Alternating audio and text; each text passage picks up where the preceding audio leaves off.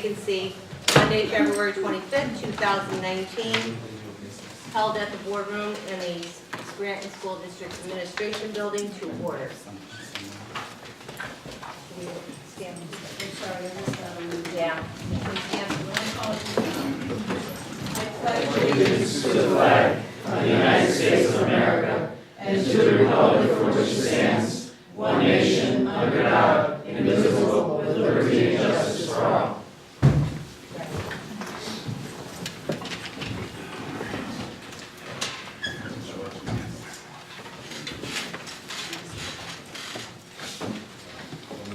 I'm going to read the reading of the notice of the meeting duly advertised on February 7, 2019, February 10, 2019, and February 16, 2019. A special meeting for the specific purpose of the board vacancy will be held on Monday, February 25th at 6:30 p.m. in the boardroom of the Administration Building, 425 North Washington Avenue, Scranton, PA 18503. The scheduled work session will take place following the special meeting.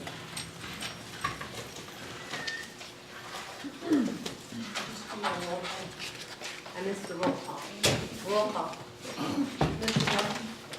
Present. Mr. Martin? Present. Mr. Lesh? Here. Mr. McAndrew? Present. Mr. Vogel? Present. Mr. Schuster? Present. Mrs. Dixon? Present. 7 present. Okay, so did we get everything, Virginia? I went out of order here. Call to order, roll call, reading of the meeting notice. I think, yeah. Transaction for which meeting is called, that was covered, right? And now it's time to open the floor for public comment. Right. Do we have anybody signed up? I did. Oh, sorry. Rosemary Rowland?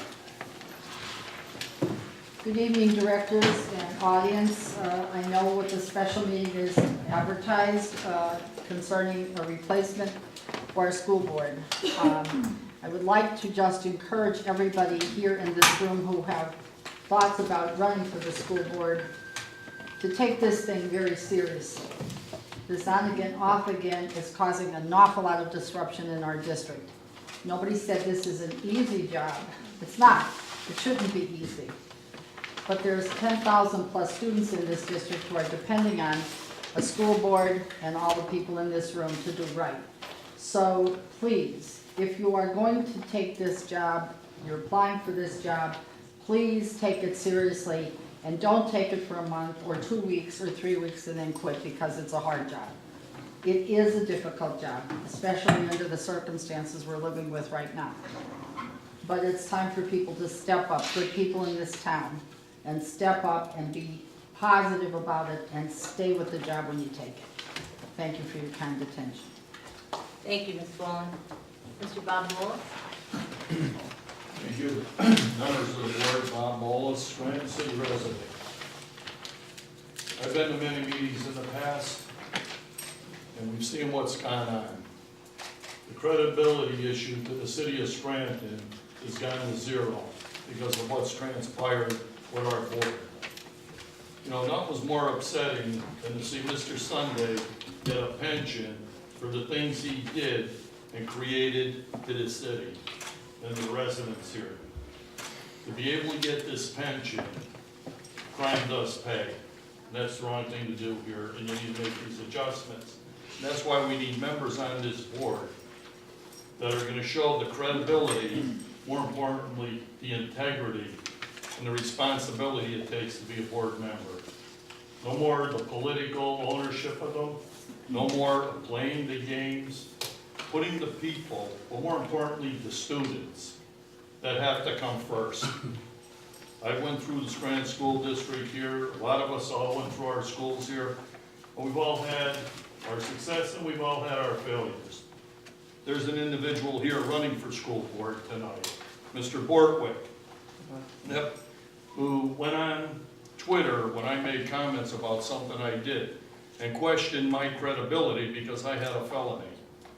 Doesn't make him a better person to throw stones at an individual, and if he could do that today, he could do it tomorrow to anybody else on this board or any resident in the city. That makes him more perfect than an individual. I came here to confront him right to his face. You don't play games with me on computers. You play games with me face to face, pal, and understand that.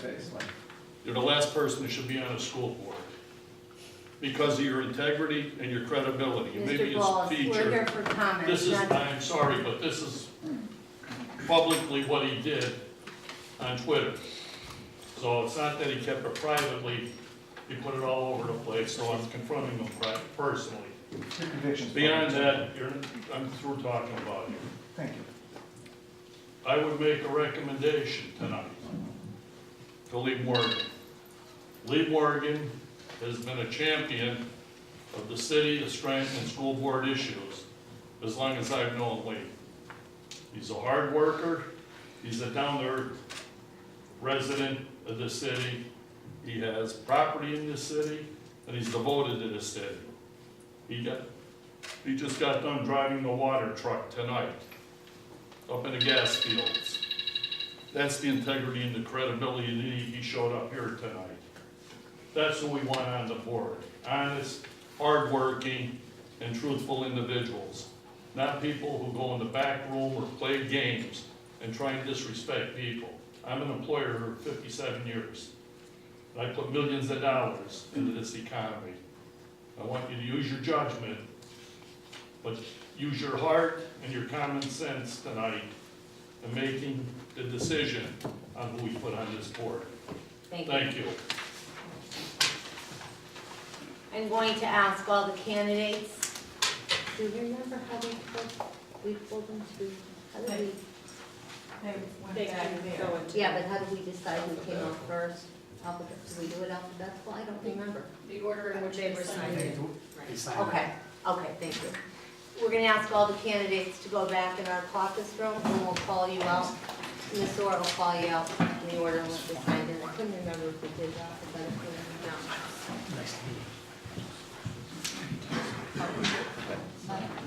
Oh, I'm sorry.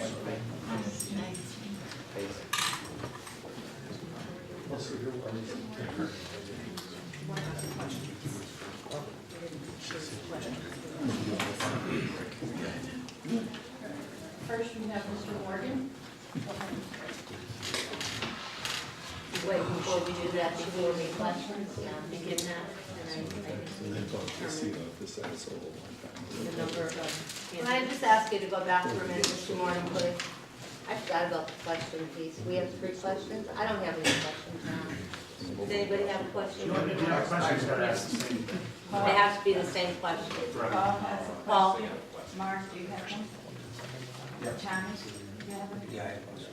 Okay, so Paul, Tom, Katie, Yes. Mr. Pople, do you have a question? There's 4. Okay, so there's 4 questions, and the same question has to be asked of every candidate. I just want to make sure we're clear. Thank you for reminding me about that, Ms. Lamar. All right. Let's be clear on how many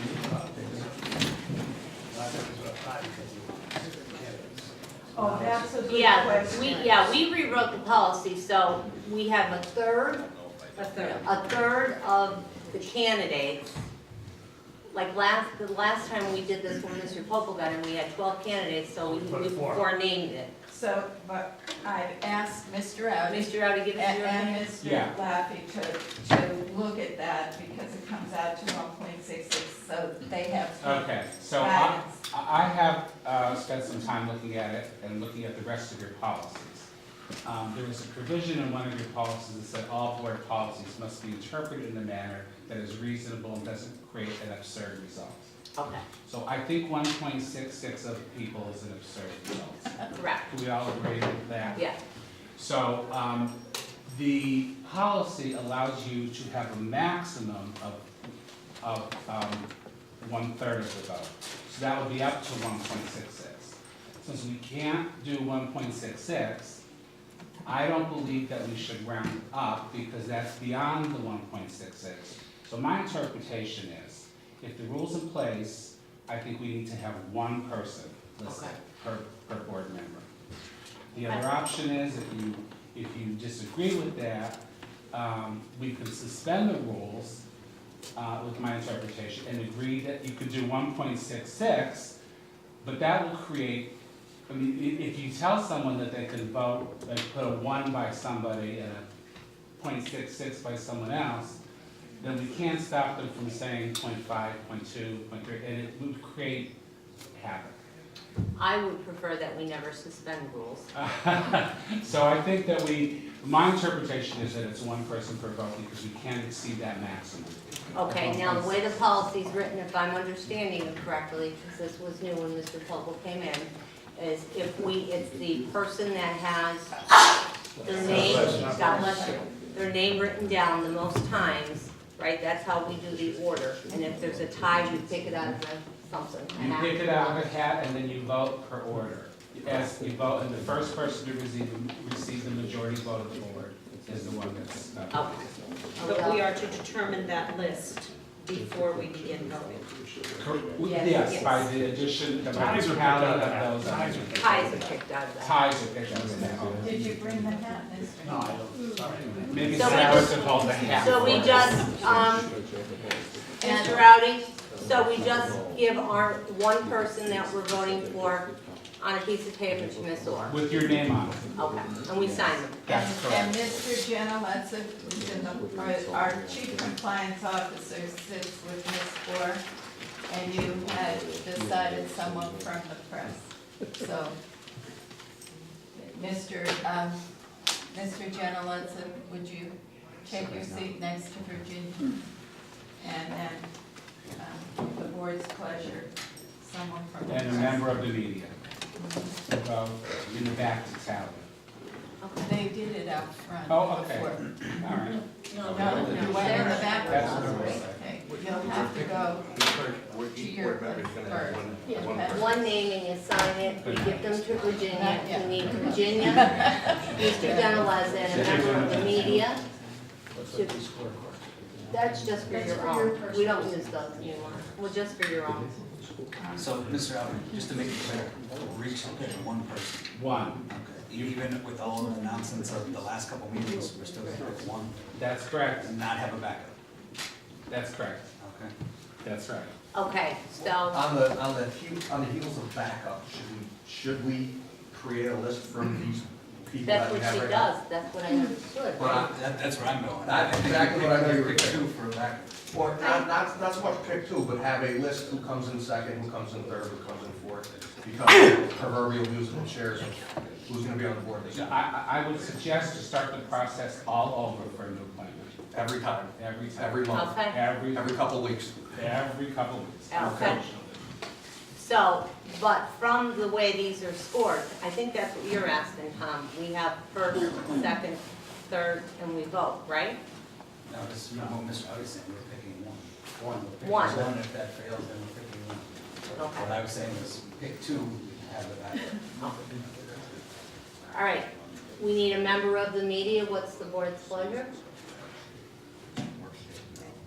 Like to draw straws? Any volunteers maybe? Think anybody from the media would want to volunteer to help tally? Sarah did a good job last time. Put her in there. Here we go. Okay, there it is. Are we ready now for Mr. Morgan, now that we're all straight? Okay, sorry, Ms. Orr. That's official paper. Yes, this is the official paper. I have the right one. This one with the candidates. If we're to vote just for one of these candidates, then use this sheet, right? Encircle it, that's a good idea. Sign it. That's what it says. That's fine. Just in case. You know, I like to take a note. Perfect. And our meeting. Well, after this, I'm sorry for the delay, Mr. Morgan. after the votes are tallied, then. I don't understand your format today. Are you going to ask any questions at all or no? We have 4 people that will be asking you questions. Okay. And how long do they get to speak? 2 minutes. 2 minutes, Mr. Morgan. Okay, All right. well, Thank you. you can start. Well, I thought you were going to ask me a Oh, question. no, you can address the board for 2 minutes and then we'll ask you 4 questions. Okay. I'm here tonight because I never really considered applying for the school board or running for school board, to be really bluntly honest with you.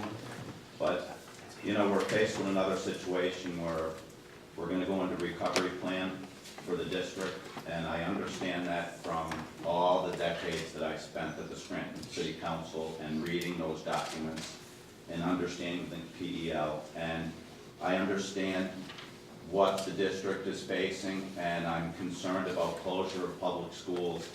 And, you know, when you read the Pennsylvania State Constitution, it calls for maintenance of a public school system that's efficient and thorough. And I really think that we need to take in the district a look at all the options that stand before this district. And I just think that with the bleed of all these directors just leaving and stuff, that it's really detrimental to the city school district's position in trying to plot a course of maintaining the public school system, especially when the coordinator comes from Harrisburg, and they have an agenda of their own, and I'm not so sure how well it's going to serve the district.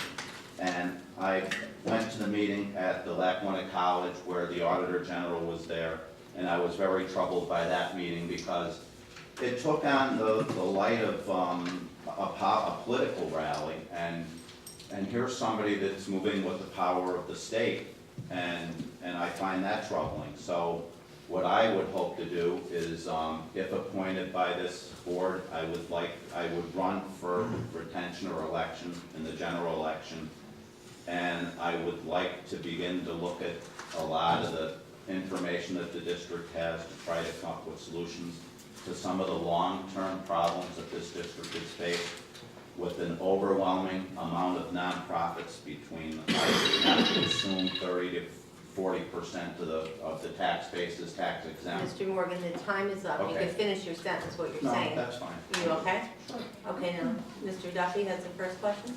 Yeah, Mr. Morgan, thank you very much for coming out tonight. I have one question. What, in your opinion, is the single largest financial issue our district faces? The amount of nonprofits in the district.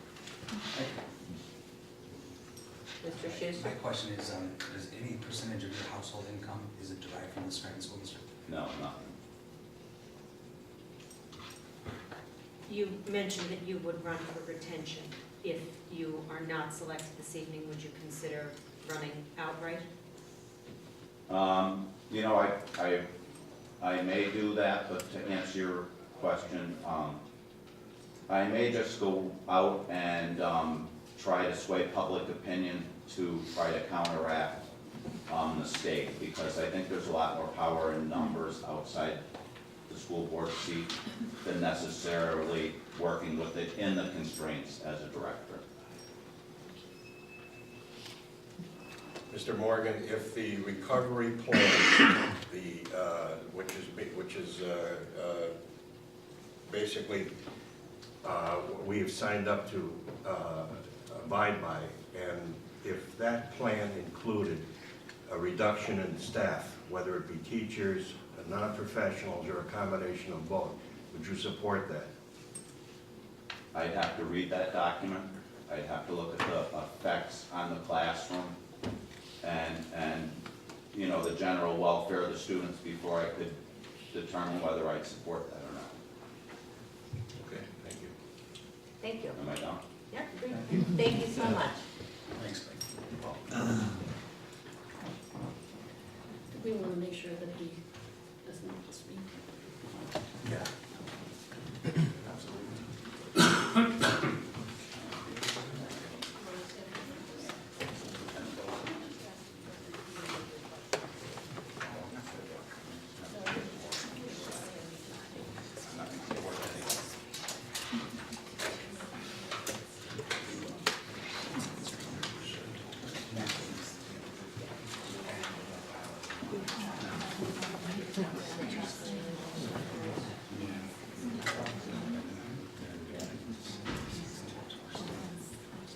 This is awkward without a podium, where should I go?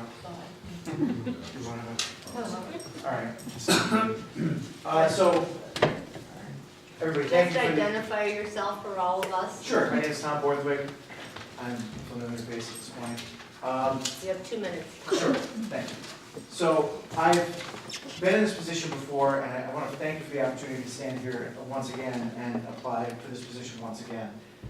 Some of you may have heard me, all of you have heard me speak before because it wasn't very long ago that we were doing this. The issues that I've been identifying plaguing the district go back to when I first chose to run for school board back in 2011.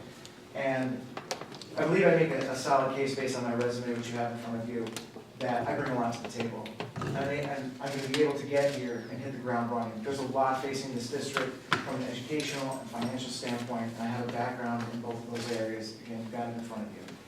I would love the opportunity to get to work with all of you. I have a personal stake now that I didn't have in the past, and that's my son and my next child on the way.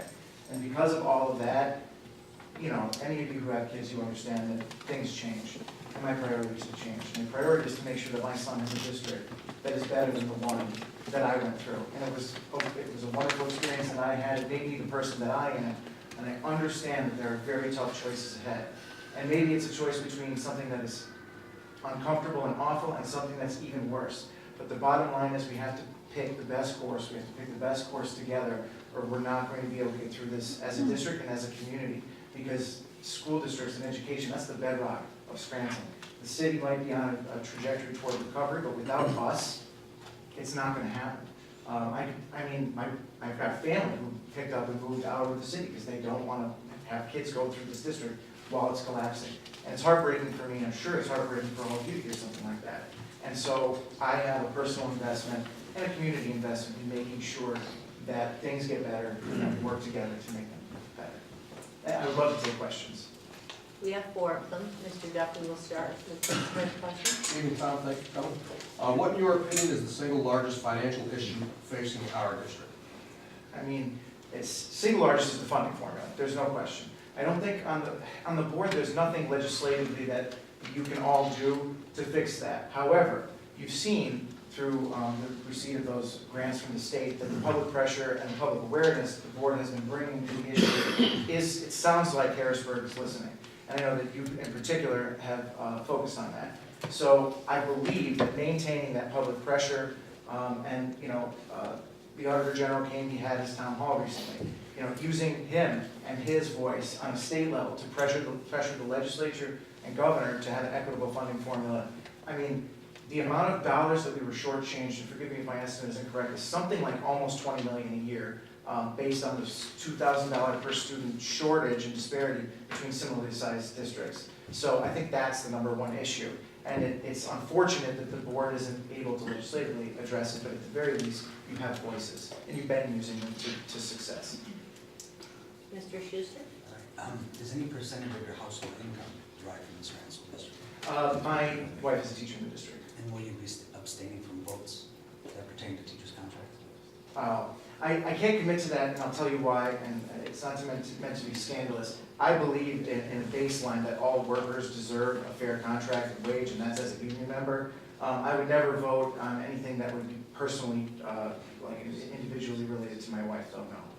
Like, I have no, she doesn't have a principal cert, it's not happening, that kind of thing. Ms. Gilmartin? If you are selected this evening, will you run for retention? And if you are not, will you run outright?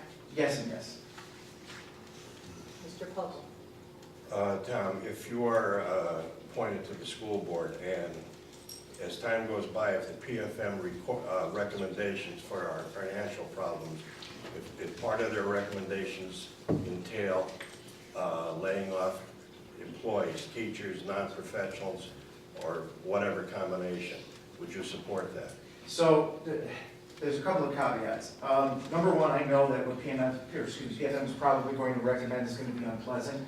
And if the choice is between following PFM's recommendations and a state takeover, you know, earlier I said we're going to have bad choices or worse choices. That would be a bad or worse choice. Layoffs are an awful choice. But if the state comes in, the damage that they will do through tax increases, layoffs, programs, cuts will probably be worse. So I feel like it's like a devil's bargain. While I can't say for certain, because for example, like I looking at decreasing the already bleeding teaching force seems counterproductive. We're already running bare bones here. So I can't say definitively, but my goal would be to avoid things being worse, so if I had to, I would.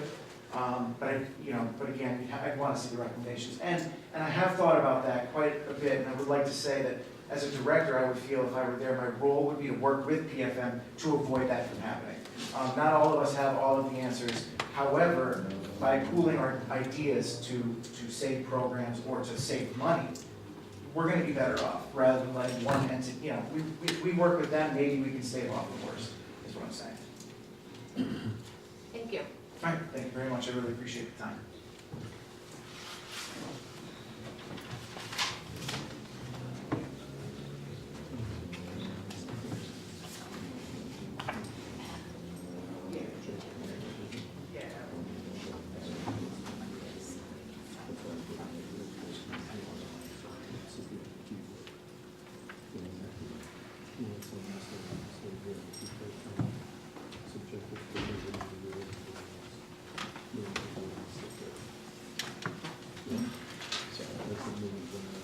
Can you introduce yourself? Hello, I'm Catherine Fox. I'm a taxpayer and resident of the city of Scranton. Catherine, you have 2 minutes to address the board if you want to discuss anything with us, or just tell us a little bit about yourself, and then board directors will ask you a question. Okay, sure. I appreciate the opportunity to speak in front of you all again today. As I told you about last time, I have a very large passion for the city of Scranton and for the Scranton School District. I went through the district myself. I have a daughter who is also in the district. I have 2 siblings who are in the district at the moment, and I have 3 siblings who live through it as well. I'm very devoted to it. I wouldn't be where I am today at all without the Scranton School District. It formed me completely as I am as a person, and I appreciate all of the teachers that I had and all the experiences that I had. I will say that for 1 year, I was able to go to a different type of school, and I didn't get the experiences I did at all while I was in the Scranton School District. I was able to get involved in many activities, made many more friends, and I became close with a lot of my teachers and peers. It's an experience that I didn't get anywhere else. I believe that I have the abilities to work closely with everybody here on the board. When you look at what a board has to do, it comes down to just very basic things, as in adopting policies, abiding by the policies, looking at the budget, making sure that we are abiding by everything. And yes, there's a lot of work that goes into it. There would be a lot that I have to learn, and I'm sure as you did at one point in time as well, and I have the capabilities to do such. As a person, I'm very passionate about everything that I do. I never knew what my life goals were. I actually had my child when I was in college, and I had to hurry up and figure out what I wanted to do. So I went to the University of Scranton, and I got my degree in psychology. I had my daughter when I was between my sophomore and my junior year, and what someone recently told me is, in another meeting of such, they said, give a busy person work to do and it'll get done, and I feel like that's a definition of my life. This is the first point in my life where I didn't have 4 jobs to juggle, along with a young daughter, and I did an internship within the city while I was in school as well. So I'm very good at juggling, multitasking. As the recovery officer for the district said, which I really felt like hit me home, she said she had no skin in the game. I have no skin in the game.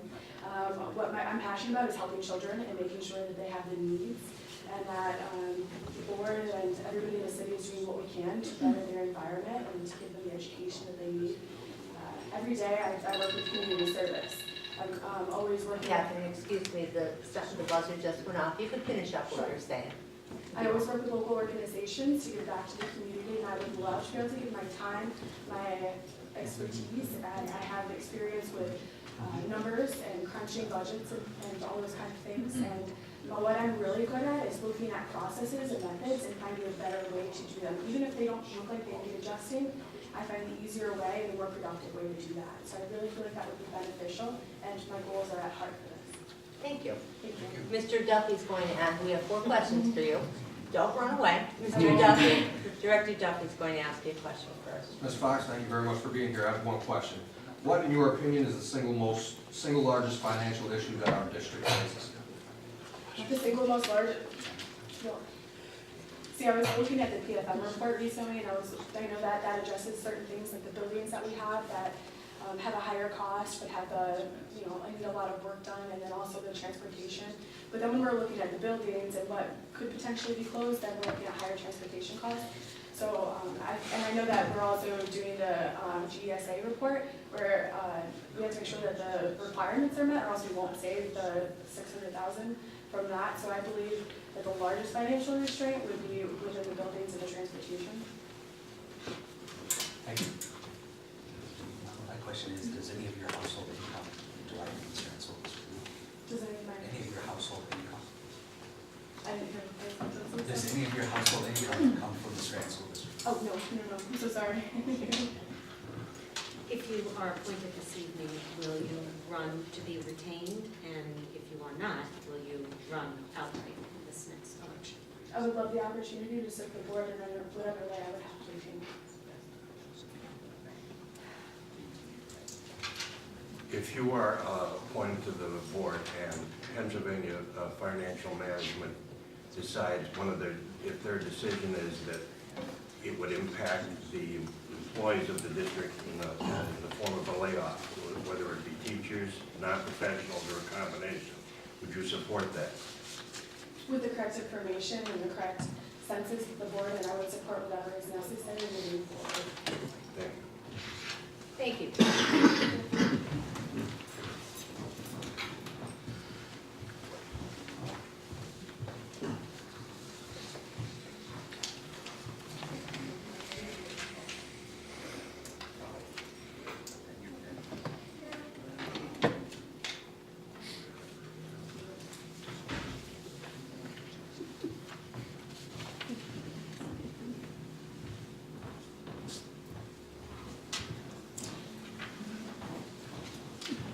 Could you just introduce yourself to the board? Good evening, ladies and gentlemen of the Scranton School Board, District Administration, as well as others in attendance. My name is Sarah Elizabeth Cruz. I have lived in this area for almost all my life and have been entirely educated in the region. I'm an active and informed citizen, as well as an individual who possesses both knowledge and wisdom. I stand before you this evening asking for your vote to be the next director of the Scranton School Board. I'm fully cognizant of the issues and concerns that have been and are currently impacting the board and therefore the schools within the district. And now that the district has been placed on financial recovery status, it is imperative that someone who fully understands the gravity of the situation be selected to work with you, the administration, Dr. Finan, as well as the soon-to-be appointed advisory panel. I will work productively to help the district regain financial solvency, continue the efforts at transparency, and restore the trust and dignity that Scranton taxpayers are desperately seeking. I have the ability to speak confidently and respectfully, as well as do so in a poised and gracious manner. There are a high number of students of color within the district, many of whom reside in bilingual homes. A leader is needed to represent them, not just to provide a mere physical diversity, which is important, but someone who has a first-hand understanding of the struggles that are unique to them. As a first-generation college graduate, I will serve as a model for these students, while also passionately advocating for all 10,000 plus students within the district. It is an honor and privilege to speak before you tonight, and I thank you for this great opportunity. Thank you. We have 4 questions for you. Sure. We'll start off with Director Duffy. Ms. Cruz, thank you very much for coming here tonight. What, in your opinion, is the single largest financial issue our district faces?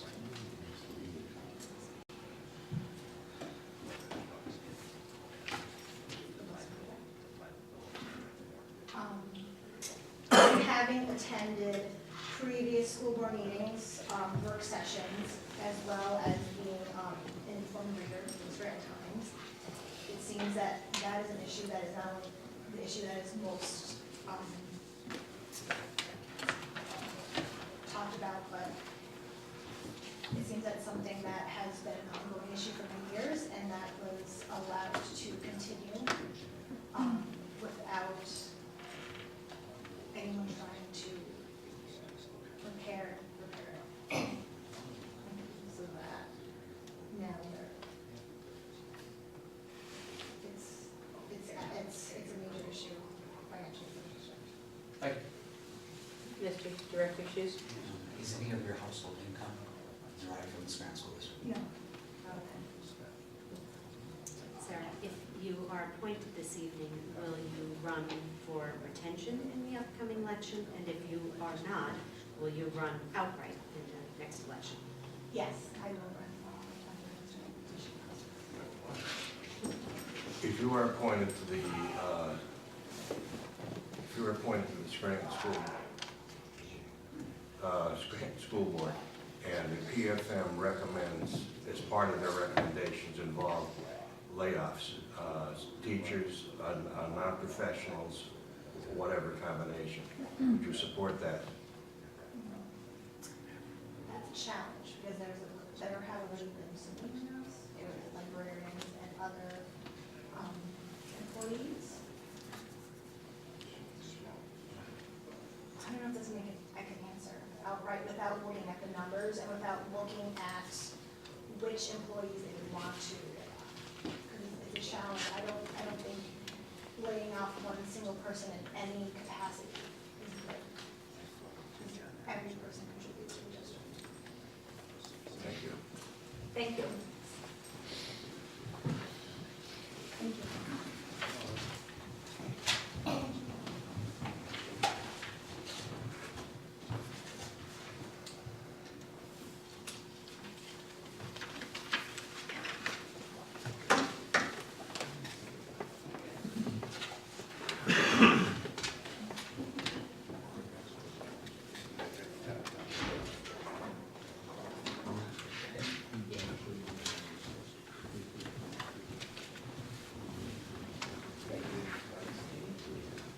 Good evening.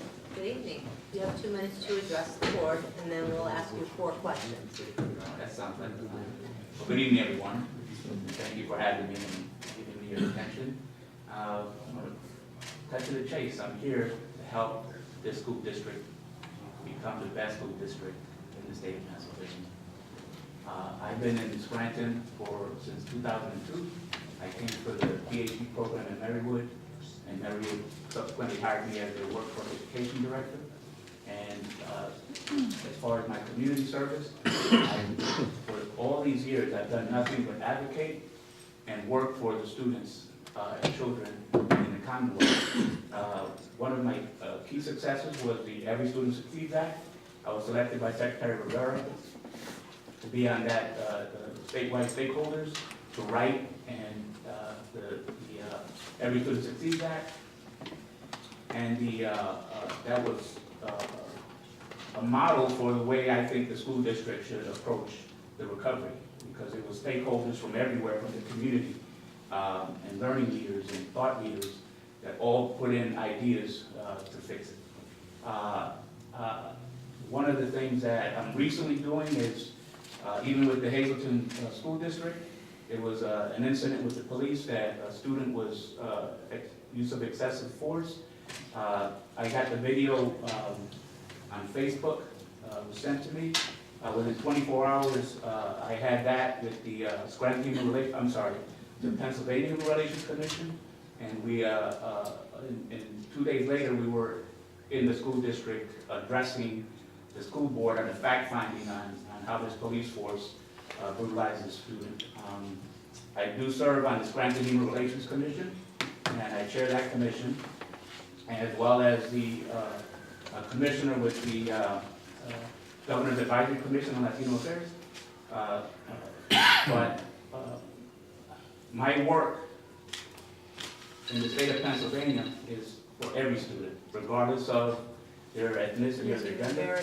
Your time is up, but you can finish up your sentence. Okay, well, that's not that.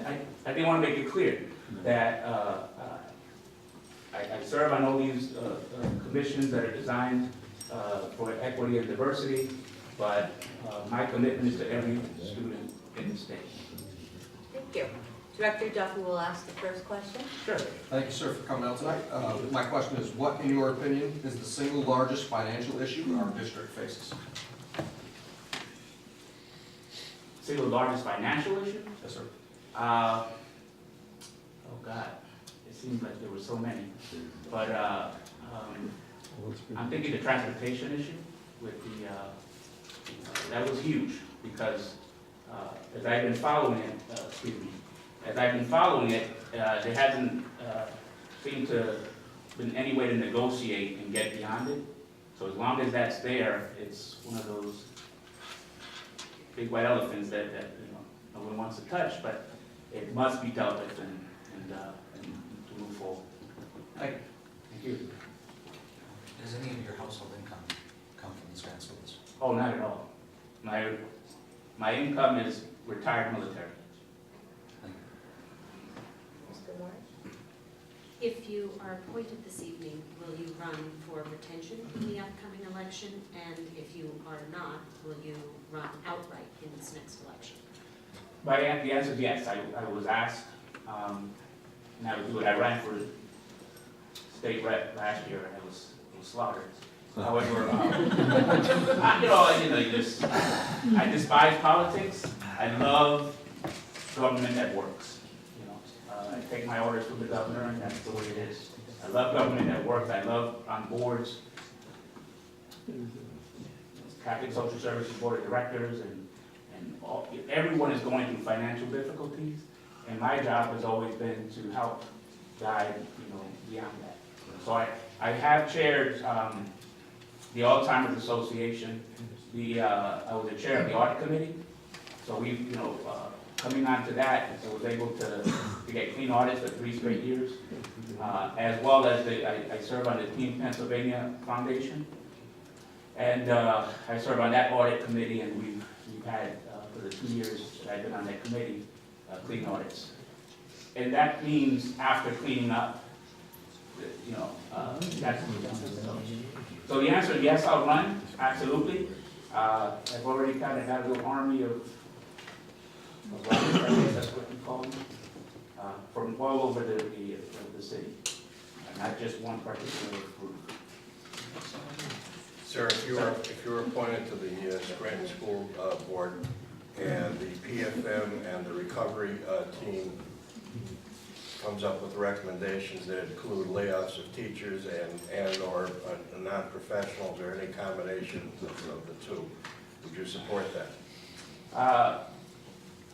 Oh yes, you have to say yes, because the thing is that the purpose of the recovery plan is to come up with the solution. Now, I would say that has to be the absolute last option, because the sins of the past, whatever we want to call this thing, the taxpayer, teachers, students ought not be suffering the consequences for why we're here now. That's my position. So I'm not going to answer that question like somebody would say, oh, of course I wouldn't be for it. The bottom line is that when we do these things and these recoveries, there's things that are going to fall off the table, but it has to be based on facts. It has to be based on good fiduciary responsibilities that we take and good scientific study of those numbers.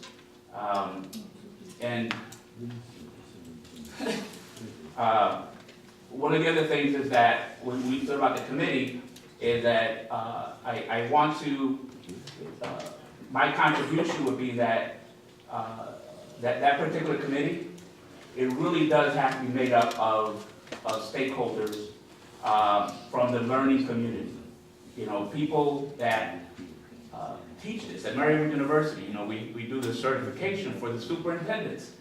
Those professors ought to be, on the table, because this is a case study.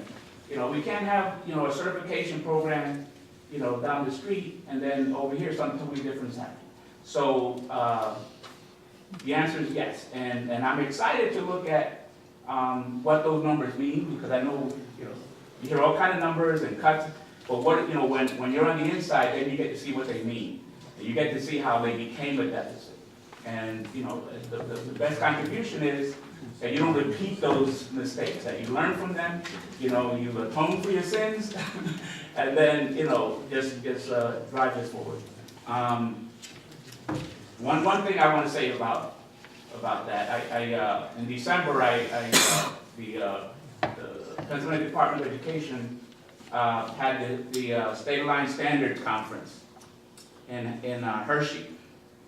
And I was one of the speakers, we had 600 plus people from other school districts. My topic was on Future Ready PA, creating champions of equity. But the thing is that standing in front of 600 people from all the school districts and you say, things like champions of equity, you get feedback, and people start saying that it's easy to make these fixes, right, to say about them, but when you're on the inside, it's much more difficult. So knowing what these numbers are, knowing what the challenges are, the demographics, scientifically, because I believe that, this is a paradigm shift, these are scientific revolutions, and I don't want to talk, at any level that doesn't make sense, but, this is what it is, and I think we have to use facts, science, and introspection and reflection of how we got here and how we're gonna move forward, and without that, then I will be of no service to the students or this board if we can't think of the future and keep the students first and foremost. Thank you. That's it. Thank you. I ask for your vote.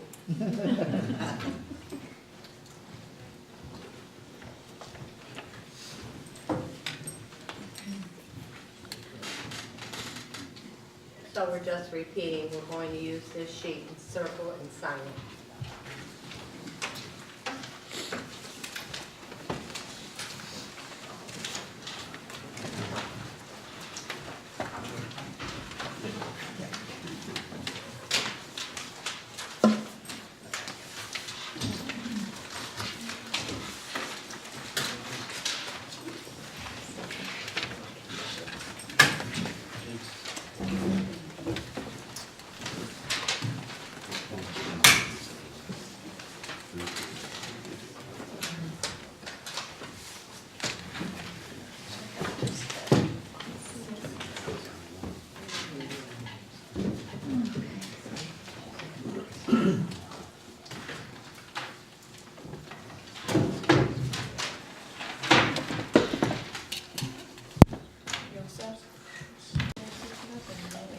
We have one candidate with 4 votes.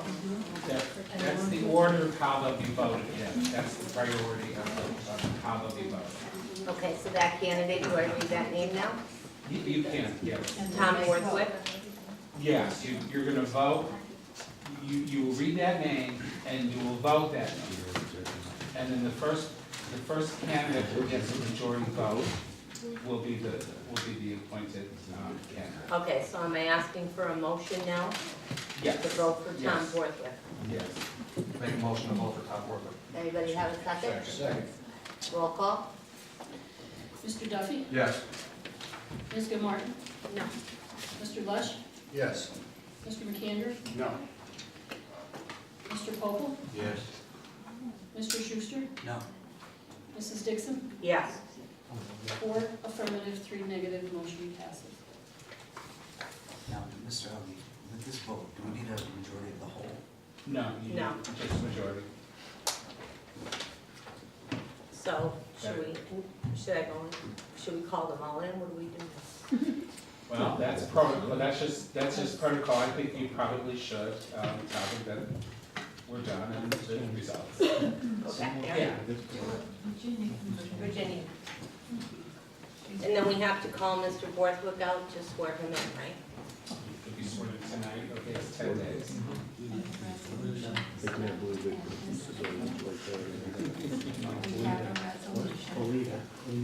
Mrs. Dixon, we have a resolution ready.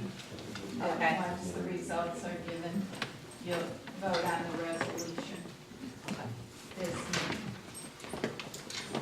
But he could get sworn in and participate in the work session, right? Yes. Because that's what we did it before. Yes.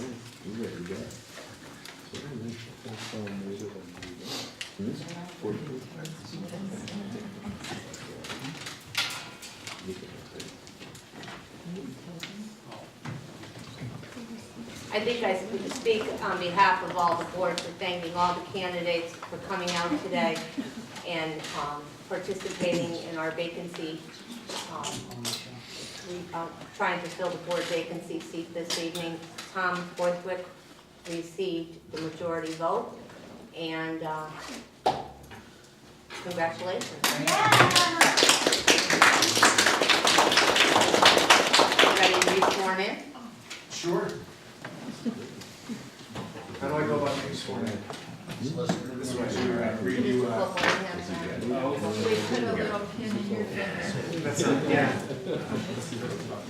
Thank you, I appreciate it. Should have brought a family Bible. do you swear or affirm that you will support and obey and defend the Constitution of the United States and the Constitution of this Commonwealth, and that you will discharge the duties of your office with fidelity? I do. Okay, thank you, Mr. Buckwood, and we will have this notarized and Yeah, I have it here. you have it here. You, okay, well then, thank you very much. Congratulations. Thank you. Mr. Borthwick, you're welcome to sit and participate in the work session. I'd like to congratulate you. Thank you very much. Yeah.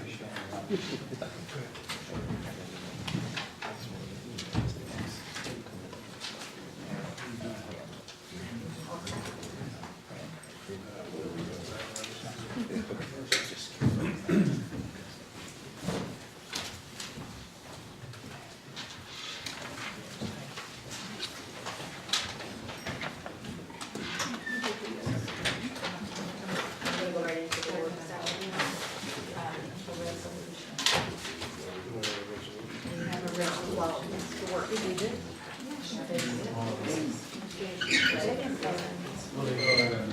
Oh, on the appointment, so you'll put this resolution. Yeah. You'll fill it out. Whichever way they do it, yeah.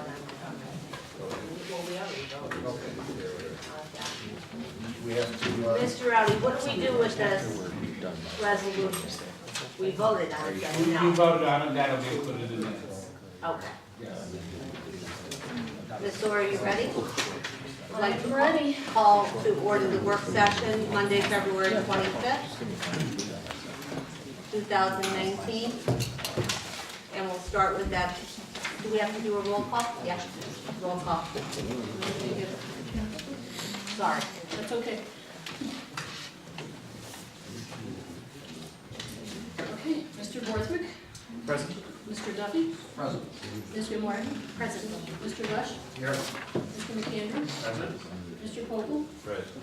Mr. Schuster, Mrs. Dixon, Present. 8 present. We'll start with athletics and stadium, Director-elect.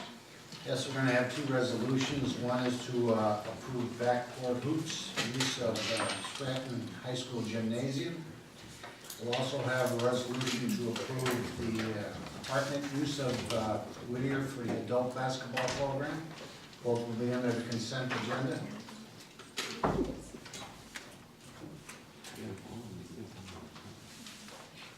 Okay, this, we'll move. I'm not sure where this would come up, but I believe it would be under here. I've been approached by the director of the East Scranton Little League. I believe that's a Little League and softball field which we use. And I'm not certain of any of the terms of the agreement, however, I did say I was a related concern. There's, according to them, been an agreement that has been in place that we would provide the things needed for the field to be up and running on a year-in, year-out basis. And it's to their understanding that they haven't exactly been doing that. So I just like to make sure that we can move forward, just to make sure that whatever kind of soil they need will be given to them to keep those fields up into a safe and functioning manner. Do we have a contact person? I do, I have two, Alan Legan, he's the president, Alan Legan, I'll give you his contact information. He's the president of the league. Okay. Thank Mr. Duffy, I'm aware that we have been pretty decent with them, but I will contact them. And Okay, just make sure. We do what we can because our kids are using that field all the time, and it's vital that we be able to utilize it. Okay, thank you. Moving to budget and finance, Director Pople. Yes, we have a resolution to approve the bill list, another resolution to approve the exception bill list, a third resolution to approve delinquent tax reports, another resolution to approve the treasurer's report, and a resolution to approve PCC appointments. Yeah, is I'd like to comment on that before you go forward. Mr. Schuster had a question about being appointed to this particular committee because he was also appointed to the advisory board. And so the decision was made that Mr. Laffey will step off the committee appointment. Mr. Schuster will go on to the appointment, and then if needed, Mr. Laffey will sit in if necessary. So that will be a change in that committee. Under discussion for budget and finance, we'll have a proposed 2019-20 state budget. And Pat is ready to proceed with that. Yes, good evening. In your packet this past weekend, we provided you a short summary of 4 funding sources from the state and how the proposed 19-20 budget as compared to our 18-19 fiscal year budget would impact the school district. We focused on the basic education funding, the Ready to Learn block grant, the Ready to Learn supplemental grant, and our special education funding. As we've seen in the proposed budget, our subsidy increased on the basic ed level by $10,519,000. That does take into consideration the rolling up of our Ready to Learn block grant funding. So the $1,836,000 and the $6 million that we were awarded last year will be inclusive in that money of $10,519,000. We've also seen a special education proposed increase of almost $450,000. That would net, if the proposed budget was to be adopted, an increased fiscal year budget impact to the district of $3,131,000. That does include funding for proposed legislation to increase the minimum salary payouts. That amount for the Scranton School District was $377,404, leaving the net budget impact for us at $2,754,000 increase from one budget year to the next. We're currently analyzing this on a calendar year budget, like how it affects our 19 budget as we adopted back in December. We had assumed some basic ed increases at a 10-year historical rate. So we're currently working on that now, and we're reviewing it with PFM. First calculations have us, additional funding just over like $3 million. And we'll be hopefully tying that up this week and preparing it for the board's packet. I have a quick question. So I want to say it was about 4 to 6 months ago, I inquired about a refugee grant. And at that point, we were just going through the process. Can you tell me the outcome, how much money we did get? If you're speaking of the hurricane impact relief, I believe it was $552,000. Yeah, and that has come into the district. That's good news. I just yes, about that without asking. Mr. Laffey, in your opinion, is there anything that's even close to as important as this in the funding this year? Is there anything else that we should focus on more than the fair funding? I think this would be a priority for the district. The biggest? Yes. Thank you.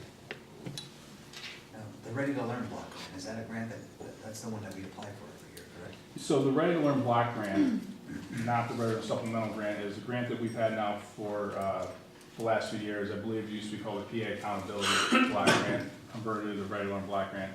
Yes, we do apply for it every year, and we utilize it to fund our kindergarten program. Okay, that was something we would not be applying for this year? Well, it's rolled up into the 10 million. That is correct, yes. Yeah, that was a question we had, because we felt like if it wasn't rolled up and we were still gonna get that in addition to, that would have been a big help to us, but it is rolled up into the 10 million. And the reason that we want to take a close look at the impact on the 19 calendar year is because the 18-19 Ready to Learn of 1.8 typically comes in 2 installments. I believe it came all in 1 installment in October of 18. Historically, we would defer that and recognize it in 2019, and something we'll be speaking with the auditors with as they begin our 18 audit. Okay. Next is the discussion of the possible resolution of the 2016 A and B mandatory remarketing.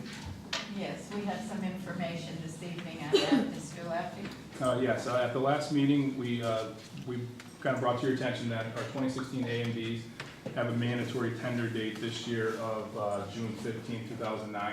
At our last meeting, we awarded the financial advisor services to Financial Solutions, and Mr. Mike Vind is here from Financial Solutions to kind of discuss what to expect, the timeline that we can see, and kind of the next steps that the board will have to take. Good evening, ladies and gentlemen. I appreciate the opportunity to work with the Scranton School District moving forward.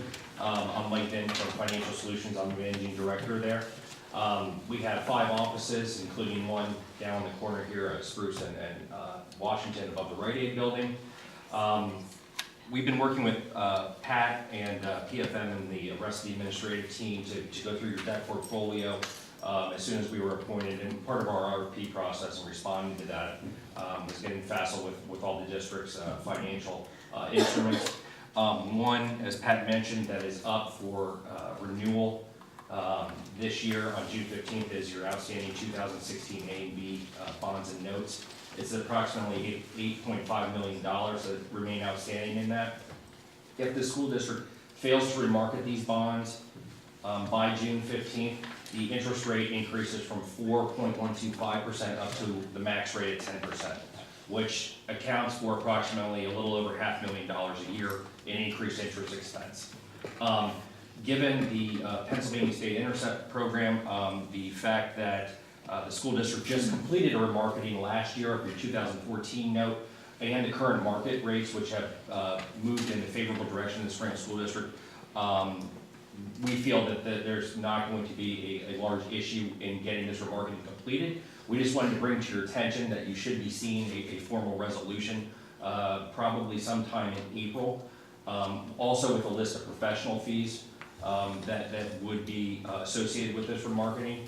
It is less than a traditional bond issue. We don't expect it to be a negative budget impact. For example, the current rate of 4.125%, we do not plan in the current market to exceed that rate, so it won't have a negative impact on your budget. And we feel that the professional fees, looking at your remarketing from last year versus this year, given the size and the dynamics of the professionals that have been involved in this, that we should be significantly less in fees versus last year. If you kept that continuity, what we've been talking about with the administration is keeping a lot of the same professionals involved in this, from underwriters, remarketing agent, your bond counsel, obviously the solicitor and myself are different. But you know, this would be less, I believe, than when we looked at the transcript from last year. Again, this will all be presented in a transparent process via resolution when you have that. And there's no action that you need to take now, but we want to just bring this up well in advance of when you would have to make those decisions to move forward with that. And I'd be happy to answer any questions that you have about this. How far along are you with the work at this point in time? We really just started. What we have to do is do an offering document. We just wanted to kind of, you know, get the verbal okay. We understand the issue before we really start moving on this from the board. We can, again, we look to have a resolution in April. We begin that work very shortly thereafter. Well, we have a lot of work to do up until that point, but we'd be in a position to price those bonds in the end of May and then close before that June 15th deadline. Right. At what point would you have the fee schedule? It would be in advance with your resolution. And again, we just wanted, again, to have this dialogue with you right now, and then we'd go back to all the professionals, make sure that everyone's kind of sharpening their pencil here and make this kind of more of an administrative type transaction rather than a new issue. Okay. How much was the, you were saying this remarketing is at like $8.5 million. What was last year's remarketing? The remarketing in the 2014 notes was, you talking about the cost associated or the? Yeah, the total of the remarketing. So the fees or the dollar amount? No, not the fees, the dollar amount of remarketing. Off the top of my head, I believe it was around 25. I'm gonna say close to 30. Yeah, like in the high 20s. Yeah. Okay. Yeah. Is it possible to get a copy of that fee list? Just, Absolutely. I have one at home, but If you could send one of them. I'll send it home back. So the fee list, Mr. Schuster, for 2014? Yes. Okay.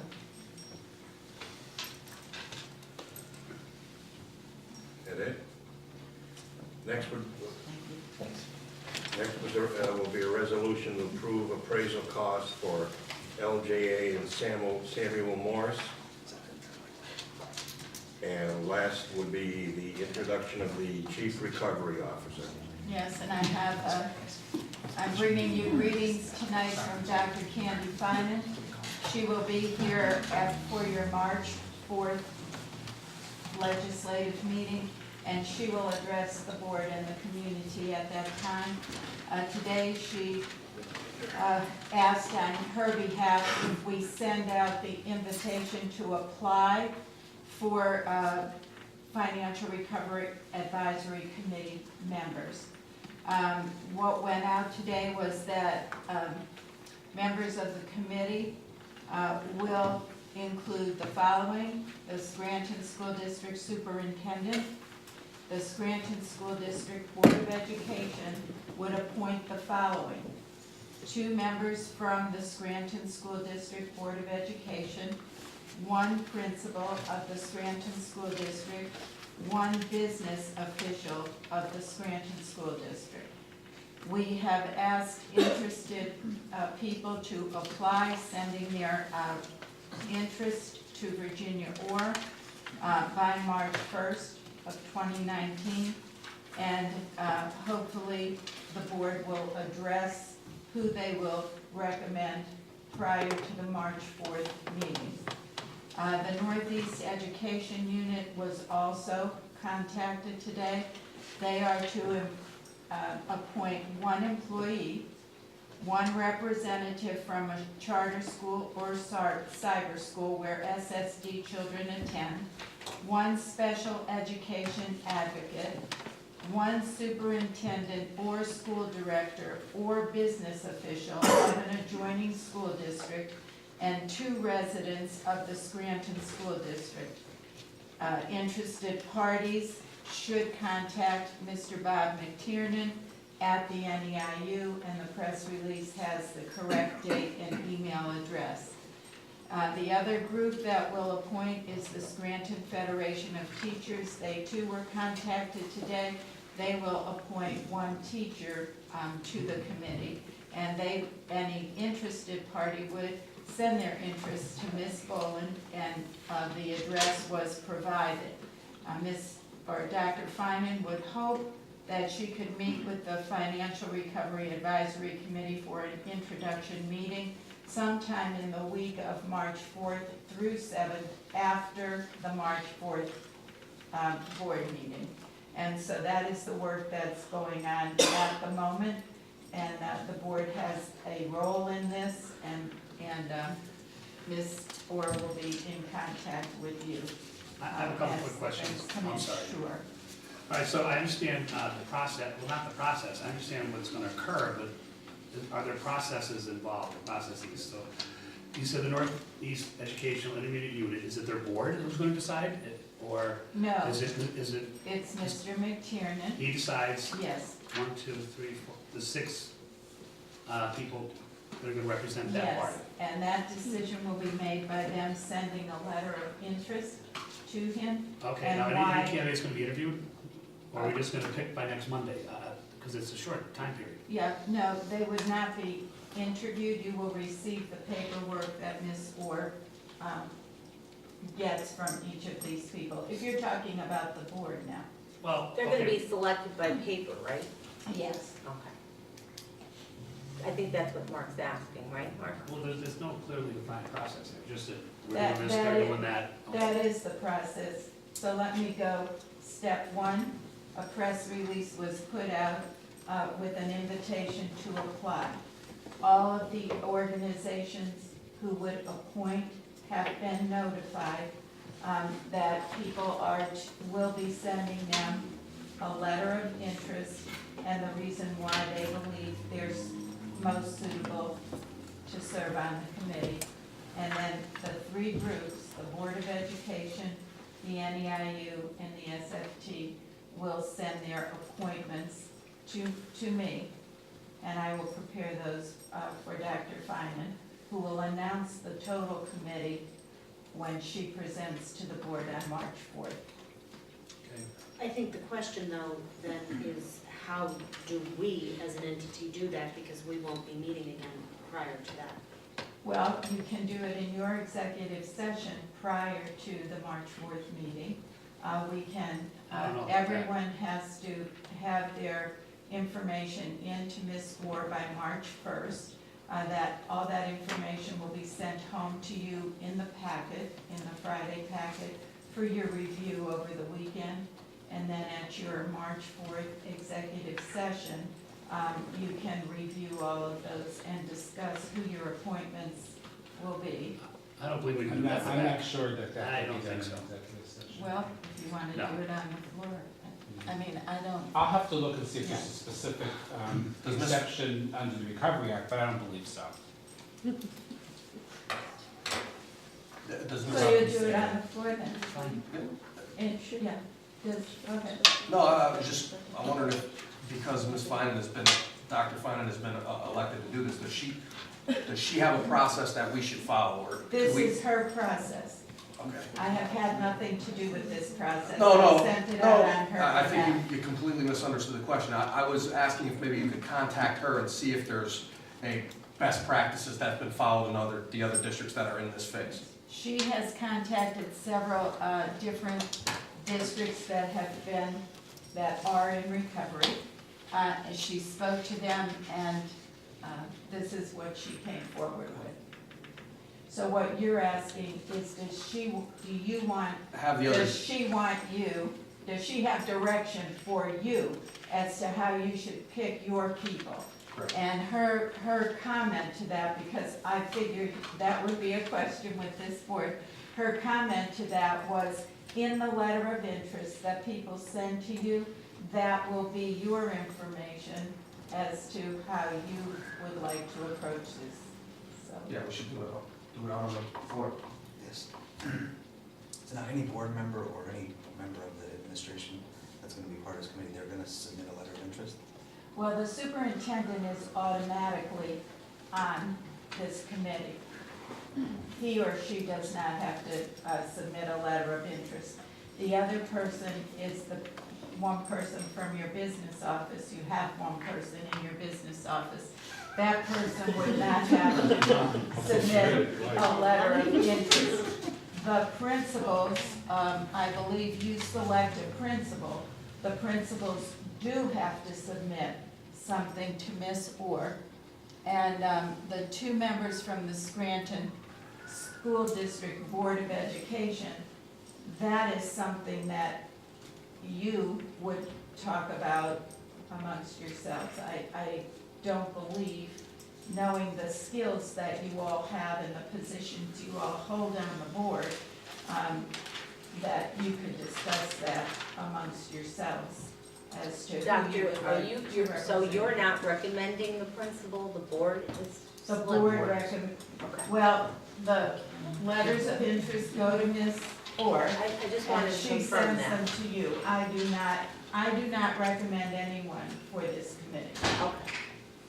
When I read the press release today, I interpreted it that interested board members were to send a letter of interest also. That seemed to all be in the same. Yeah. Yeah. I- What's the I total think I members was on just the here committee? to- What's the total number? 2, 3, 4, 5. 2, 6, 3, 4, 7, 5, 8, 6, 7, 8, 9, 10, 11, 12. 12. And Dr. Feynman runs those meetings. So we didn't answer your question, Ms. Gilmartin.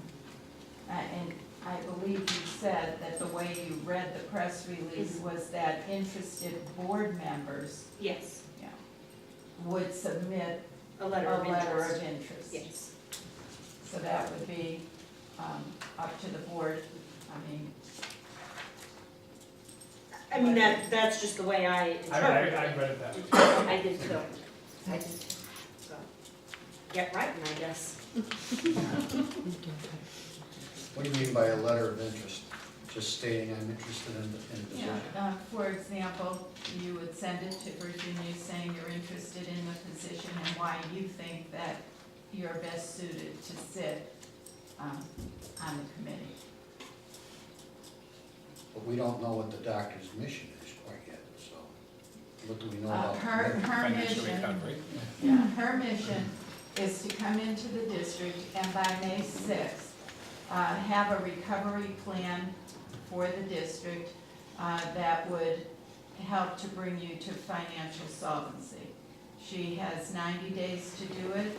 She has committed to PDE that it will be done by May 6th. It is a fluid document, as she has explained, and after the recovery plan is together and brought to the recovery committee for their recommendations and input, then that is what she will bring to the board for approval. And then that is the blueprint, so to speak, as to how we will move forward with our recovery efforts. PFM will continue to work with us as they have done in the past. So she will have access to our PFM consultants also. Other questions? You'll learn a lot more, from her. Basically, I'm bringing you greetings and the process of how to get us started and kick this off. Thank you, Doctor. I guess it would be Director Duffy, Education. Resolution to approve permissions to attend, which will be presented in consent agenda as long as no directors object, and discussion about the title program. Oh, excuse me. Oh, I'm sorry. I was just going to say, you received a presentation on the title program from Ms. Kim Wallach the last work session. There were many questions after that presentation.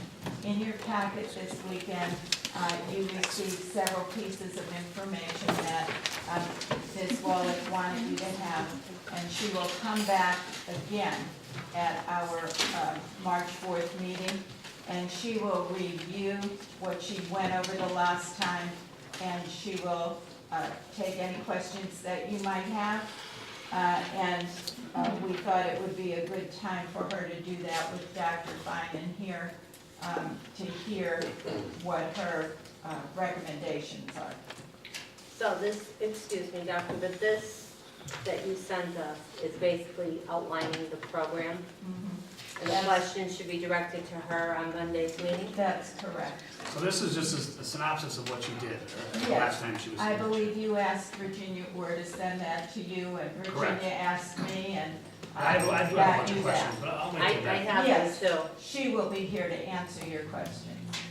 I do have one question, because it is March 4th on Monday, and maybe somebody here can answer. This kickoff, this registration kickoff, how has that been advertised? Yes, it's online, it's advertised online with our flyers and it's sent to all the schools. Are you talking about just registration or pre-K? Yeah, it says registration kickoff, Oh, pre-K registration kickoff. We're on hold until the board, until a decision is made. That's the problem right now. So that's not taking place? The pre-K is on hold right now, waiting for the board, because there were some questions that needed to be answered before we can move forward. So, Okay. because there's gonna be changes to the program, as we move forward, so that's what Ms. Walk will be explaining to you, because there was questions with regards to last time. That's what she presented. Okay, I just thought that this is coming up, and I haven't heard anything about it, okay. Yes. Okay, so Yeah. that's on hold and will be rescheduled On based March- on March 4th's. Correct. Perfect. Is there a proposal to eliminate 3-year-old preschool? No, no. But the requirements I have a problem with, some of the questions. They're not in an ESSA document, but we're saying there's new mandates, I'm confused, but I'll save them for Monday. I mean, I could try to answer some, or we can wait until, I mean, Mr. Duffy just asked if we're eliminating pre-K 3, and that is not true. It's the kids that are entered into the program, and the way we enter them into the program, that is going to be changing who's eligible. And where those children go to school, according to where they live, rather than picking. Those are some of the changes, but again, Ms. Walk will go into the much more in detail. I could try to My answer. questions revolve around low income versus low achieving. And, you know, I was told mandates, there were new mandates, and I can't see them. She circled that in the law, Ms. Well, that's just one, yeah, it says it could be, or one. Correct, that is correct. So The presentation I saw was it was gonna be based totally on, income. So maybe I and misunderstood. I think she's gonna, I believe, and I don't wanna speak for her, but I believe she's gonna clear some of that up, Kind of because worried it about is, that myself. I'll reserve Right. my questions. that is a factor, but So it should only be one academic factor. academic achievement is the number one factor, income is a second factor that comes Okay. into, correct, All right, yes. thank you. Okay. Yeah, I'll save my questions, sure. And I'll just say briefly that she is very concerned about us keeping our title funding. Yes. So she's trying to guide us in a direction that we're following all the requirements of the law. Because if you lose it in one area of title, you lose all of your funding, and we can't afford to do that. Okay. And she is a state monitor, so she understands the law inside out, and I think she would be the best person at this point to answer your questions and guide you along. Okay, thank you. The food services, Director McAndrew? Okay, discussion possible resolution for the food service renewal. Mr. Laffey? Yes, at our last board meeting, we presented to the December MJR that highlighted some of the financial performance of the program, along with some other community-related items, grants that, our food service management company has been able to obtain for the district or apply for the district in order to help expand our program, specifically some of the breakfast areas. I kind of ended that presentation with the fact this is the time of year where we typically renew or choose to rebid the service if you're unhappy with it. I proposed for us to bring forward to you a renewal for this upcoming meeting. The service was bid in 2015-16, and it's a one-year contract with the option for 4 renewals. So this would fall under the guidelines of the Division of Food and Nutrition, where we can renew with our current food service management company for 1 more year, the 1920 school year. I do have a question about the food service. Maybe you followed up on it, Mark, since you were in charge of that last year, weren't you? Last year, I think you were. Yeah, there was a group of workers that came from the food service that addressed the board about their wages. Did anything ever come in that? Well, that's, go ahead. I don't know the specifics, but they have come to terms of an agreement. Okay, that was the question I had. Okay. Policy, thank you. Policy, Director Gilmore. We will have a resolution to approve the book of rules that was tabled at last month's meeting. So do we have any questions or Yeah, revisions? my question, I tabled it last month's meeting, because you weren't present at the meeting, but I just wanted to. Last month's, when I had to leave for the Yeah, funeral? So, I mean, the president is the appointee of the committees, we've consolidated this year. Yes. And a big change this year, there's 2 members on each committee. I was just looking for an explanation of this, or how we're moving forward with I sent that out, I believe, in January. And before, Director DeMartin and I talked about reducing the committees, which we did do at a work session, and then we voted them in. And then when it came time to do the committees again, I reached out to Mr. Gretton. And I'm trying to find, I could read you the exact emails, he's not here tonight. And I asked him if he could make any recommendations how we move forward, since he's worked in many school districts, since we've reduced our committees basically in half. And he told me that he recommended that we go with 2. he gave me an explanation. I could print them out for you and put them in the packet, I just can't find them right now. And that's what, I didn't do it on my own, I just asked him for some input. And he gave me a whole list of what other districts do, many of them just have one. And I wasn't comfortable with that, and he recommended 2 for our size district, and he cited districts like ours. And he said it was up to me, so I went with the 2. But, oh, here it is. Here was my question. Hi, Mr. Grattan. I am in the process of appointing committee members for the upcoming calendar year.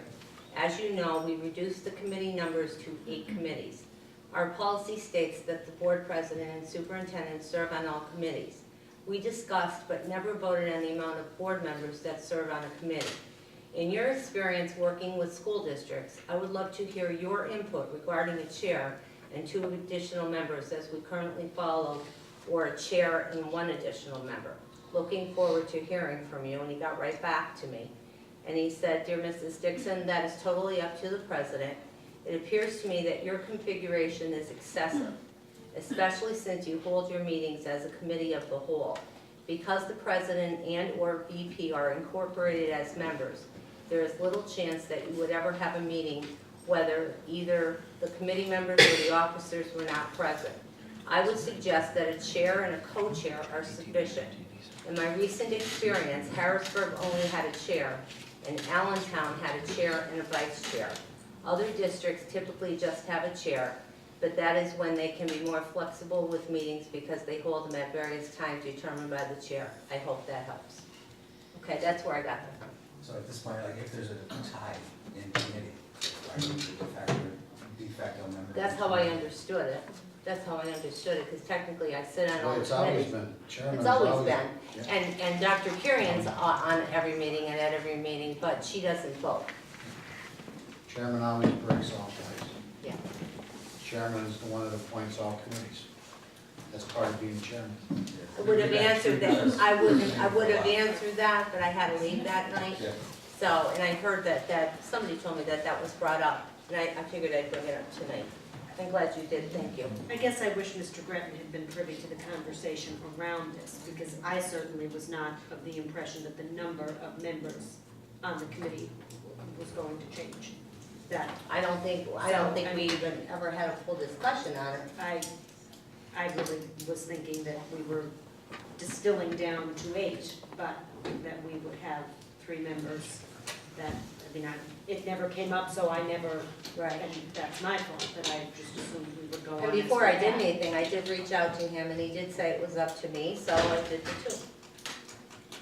I don't know, at this point, I was looking for discussion at that point, but it says, If that's something we want to change at Yeah, the end that's of the what- year, we could certainly bring it up. So, yeah, Rule 28 is duty of the president to appoint all committees except when the board may decide otherwise. So, I don't know, if everyone's good with 2 people per committee with the president as a de facto member. We always had 3, so it gets pushed. But we also had 18 committees. I'm not talking about first, second, third chair. Yeah. So there was an odd number, so, 2 could push something out of committee or not. Right. There's a majority, there's never a majority of 2. But the president. Well, then, yeah, but then it's every Yeah. time. President, The my individual question is- notwithstanding, that gives the president a tremendous amount of power. Why not? Why is the chairman? President applies power, not speaking in terms. That's right. That's why she's entitled to certain things. I mean, she chairs the meeting, she controls the committees, she appoints the committees. He or she, forgive me. But we That's- are a board of 9 equal votes, and the way to bring things to I think- resolution is to bring them to I think through you're, committee. I'm sorry, I don't agree. So my question is the board comfortable with this? Yeah, that's my question. I'm I just, comfortable. I'm quite comfortable with the way it is. You reduce the committees as Ms. Gilmartin requested. Okay, you condense things down, now you condense down the membership, which we still publicly debate anything here. Okay, what's the big deal? You're a tiebreaker. I don't see a big deal about it. Everyone's all right with that? Absolutely. Yeah. it is.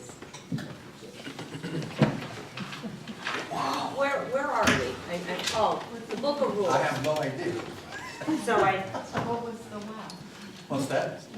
I don't know, it seems like there's like shock and wow going on throughout the crowd. Oh, the book of rules. so I believe we don't We're have any going- revisions to it, we are putting it back. on the No, I mean, agenda. there was no change in the rules. It Right. says the president can pick committees unless the board wants to vote on it. So, president doesn't pick the committees. I was asking if the board wanted to do otherwise. The board so chose not to. So it's as is. And I just for the record, I picked them based on PFM's recommendation. But I have a question. Are there any other changes in the book of rules? Not to my knowledge. I didn't see any. Well, Virginia did make some changes in the names of board members, the Other than that. solicitor. Other than that, no. And I think we can count that as a fluid document as well. We will have a resolution to approve first read policies 103, 103.1, 104, 222, 247, 249, 323, 707, and 904. And they were all put in your Yes. packet for you to review. This seems like a lot of PSBA recommended That's revisions. right, I did notice that we actually got these in our packets twice, and there was one, although sometimes I'm not sure Is that this that an is upgrade, specific to or like an update on policies PSBA? from PSBA? Yeah, PSBA sends us maybe twice a year, their recommended changes for policy based on changes in the law. And this is, Ms. Gilmartin, did you say you had I got this first. volume 5? But yes. Yeah. I don't know if that comes just to me or if everybody gets that, but it goes No, right this along. went in the board packet over the weekend, Okay. Friday, so everyone has it. And it's still out for first read Monday night, and you have a whole month to take a look at them. I do have one question. I know these are all PSBA, right, legislative updates. For the one thing, there's a change in wording, and I don't know, Mr. Jonalisa, maybe you could answer that, where it says, I'm looking at, let's pull 103 as an example, step 2, investigation. And it's throughout all the policies, where it changes the bottom, second to the bottom paragraph, it changes the wording. And Mr. Audi, I think I'm directing this to you. It says, the complainant and the accused shall be provided the opportunity to present witnesses. That is changed to may suggest additional witnesses.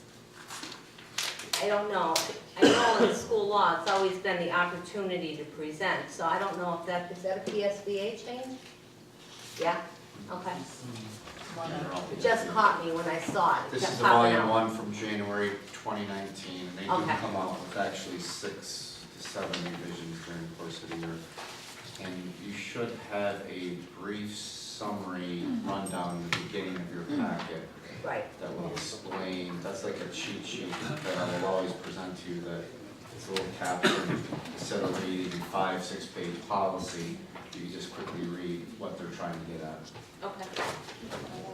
Do you see it, Mr. Audi? Yeah, Joe, I think it seems like a very nominal change, but I think what it does is it shifts the burden from the investigator for providing an opportunity to the person may request an additional witness. So I think the burden is shifting Okay. to the person who is making either the allegation. accusation or being accused of. Okay, it's just a question.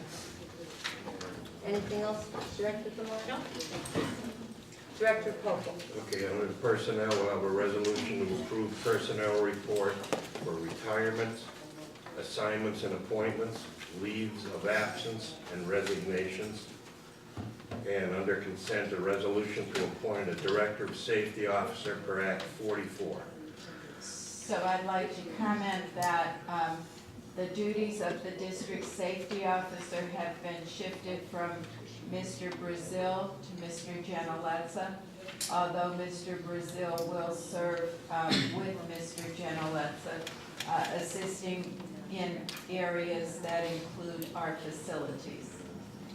And I also wanted to take this opportunity to introduce to you our new HR our Chief of Human Resources, if you would stand up. This is John Castrovinci.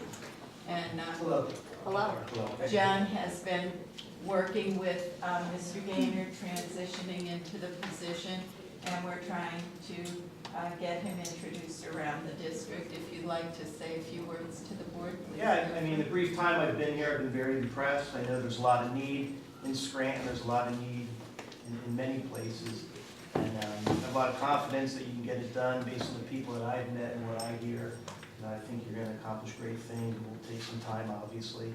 But you know, a lot of committed people working hard together can accomplish great things. I think we all know that. So Bill's been great. He's, you know, people tell me he's big shoes or something like that, so I'm gonna, you know, try to learn as much as I can from him before he leaves. Dr. Carrigan's been wonderful, the whole administrative team. I've been trying to read up on policies and contract language and just learning the kind of the way of Scranton and how things are done here. So look forward to working with everyone. Thank you. Thank you, John. Thank you. Welcome. Doctor, is there a reason there was a change in the safety director, could I ask you? Yes. As you know, Mr. Brazil had to take some time on the medical, and we had a calendar that had certain dates where certain things had to be met. And all of those things came, quite frankly, at the time he was away, so we shifted the duties over to Mr. Gentilezza. Mr. Gentilezza is working directly with the principals and getting all of the things within the schools. For example, the Safe to Say program, the safety assessments, or surveys that have to go out.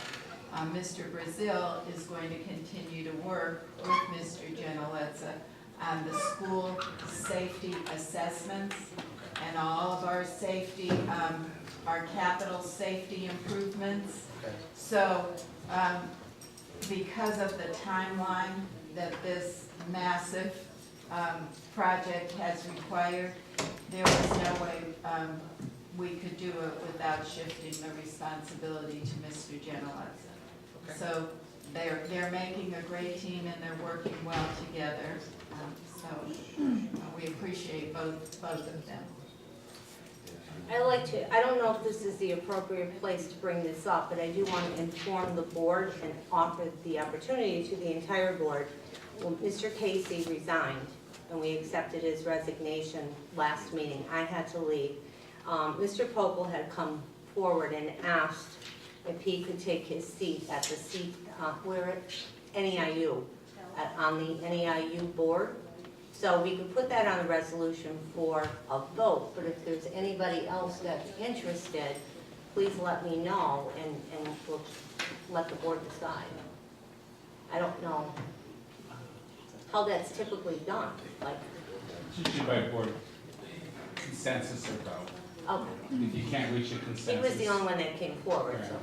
So I think it's a picture. The budget and finance chair went to the TCC board, and the special education chair went to the NEIU. I don't know if that's how it appeared today. At one point in time, but Director Casey retained his seat over at the NEIU. I mean, if that's some discussion that you'd want to have, I'd be more than happy to go up to the NEIU and Mr. Laffey and Mr. Popel want to be with the TCC board. Well, you said you were appointed to their advisory committee, right? An advisory. Wasn't the advisory, it was the appeals committee. The appeals committee. So that's, we spoke to PFM about that, and their recommendation was to have Pat step down and you keep a position so that you could still service the appeals board, because if you weren't on the committee, you could not. So this is a board decision about the NEIU piece. So you're asking, I thought I heard you ask if interested. Right, if anybody, I mean, he asked, I mean, we could vote on it, and if somebody else wants, we could vote on that too, and you're gonna remain on the other one then, right? Yeah, I would be interested in the NEIU. Okay. So that's what you'll bring next meeting? The We'll vote vote for on the it next NEIU? meeting. Doesn't Yes. matter to me, okay. Yes. I just wanted to, So you Let everything have know. several decisions at your next board meeting. So you're going to appoint your 2 board members to the Financial Recovery Committee. And now you have 2 board members who are interested in the NEIU correct. piece.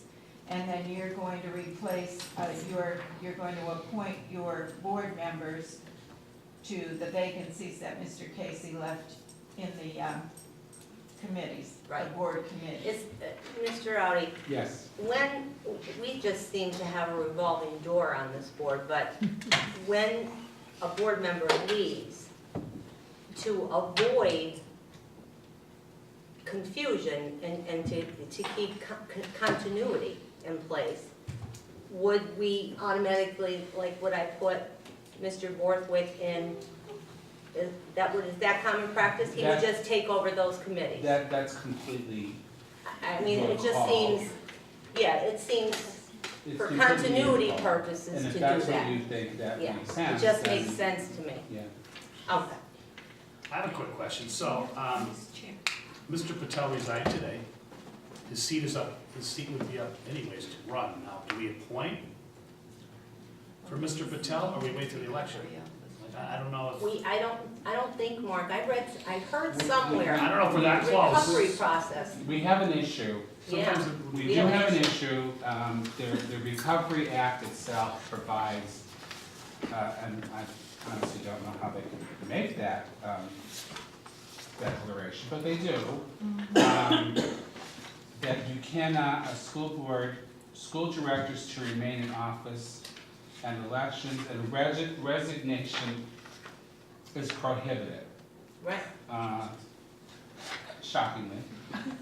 It says that the school directors of the school district that have been declared in financial recovery status under this subdivision or in receivership under subdivision 6 may not resign their offices except with the consent of the chief recovery officer or receiver, and then shall, and then it lists other things, but I think that they would need to seek the approval of the recovery officer. So that would have to go in front of Dr. Feynman. Dr. Feynman first, So we can't do anything until, at this point now. okay.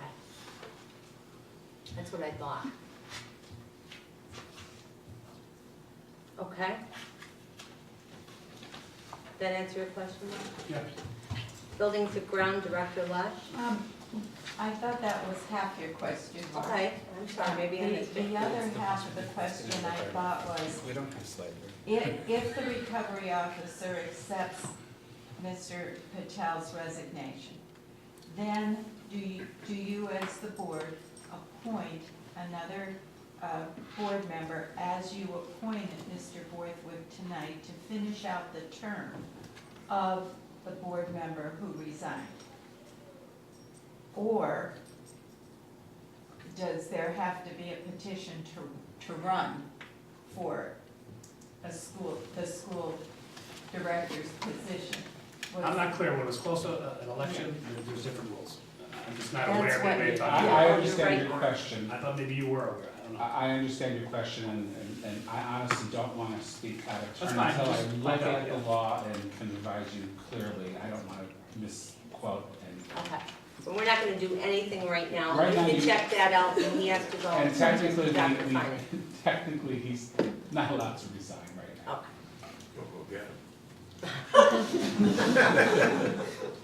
Okay. Okay.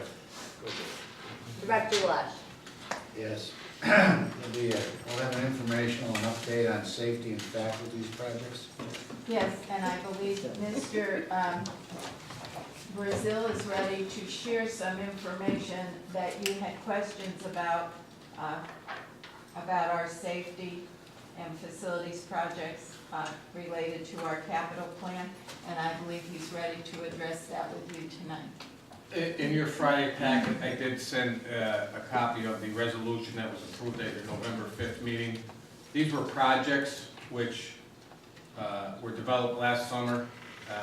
There was delays first on funding, and then with the review of the bids that were received, it missed the October meeting and came up in November. The letters to proceed haven't been issued, but we're at about 130 days. We need to issue these. I was going to issue them this week. I just wanted to bring you up to date for a number of reasons. They weren't issued back in November because I think there was the first snowstorm on the 15th. We didn't want to be opening roofs and repairing walls, so the timing of that really dictated not to start them and start a contract rolling. The situation we're in now is, I can tell you, in particular, the roof at Northeast, the codes change April 1st. It's the type and number of installation that needs to be used. So if in fact we don't proceed with this, that cost will go up, and they're telling me that it'll be quite a bit, and then we'd have to redesign it. So I just gave this to you to update. These are safety needs and some infrastructure that need to be done on the buildings. And with the board approving our new engineers, Hunt, we have been in contact with them for those number of projects. One was the Armstrong, the Whittier water problem, and the Willard water infiltration. We're going to be meeting with them, doing a pre-conference to get that in the ball and get that rolling. They will come back to the board and give an estimate of their cost. In addition, our upgrades to our cameras, just about every building has seen upgrades. Some buildings didn't have any cameras or means of surveillance. So every one of those buildings will be affected and brought up to modern technology. Some of them had the old monitor and you couldn't see what was there. Pat has been monitoring what we've spent, where we are year to date, and we'll dictate that moving forward. I'm hoping within the next couple of weeks I do identify a number of other issues, and hopefully we can put something together with the engineers and get it out for this summer. I know with this crazy weather, Western Intermediate, I call that the roof. These flat rubber roofs aren't designed to go from -5 to 49 in 24 hours. The expansion joints just can't take it. So we've had a lot of leaks at Western Intermediate that we've been trying to resolve, and some other issues throughout the district. So I'll let the board know what those projects are and how we proceed with those in the next couple of weeks. Thank you. With your permission, I will issue, these were actually started under our former engineer Colombo group. So I want, and they issued the letters to proceed. I would like to notify them tomorrow to proceed with all these projects so that we can get them done first thing, start in the spring or where time allows.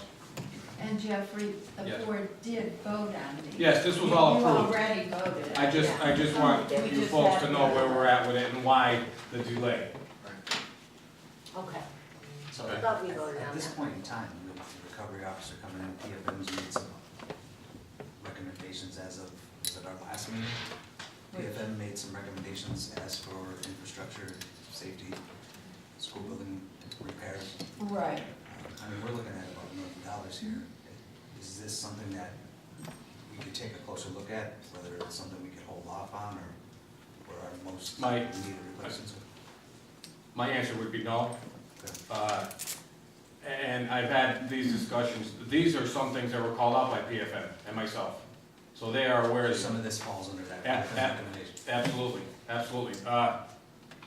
Just about all of it, I'm gonna say, other than maybe the front entrances at Prescott, and that's for safety.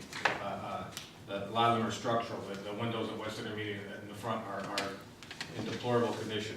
So these are necessary projects that they are aware.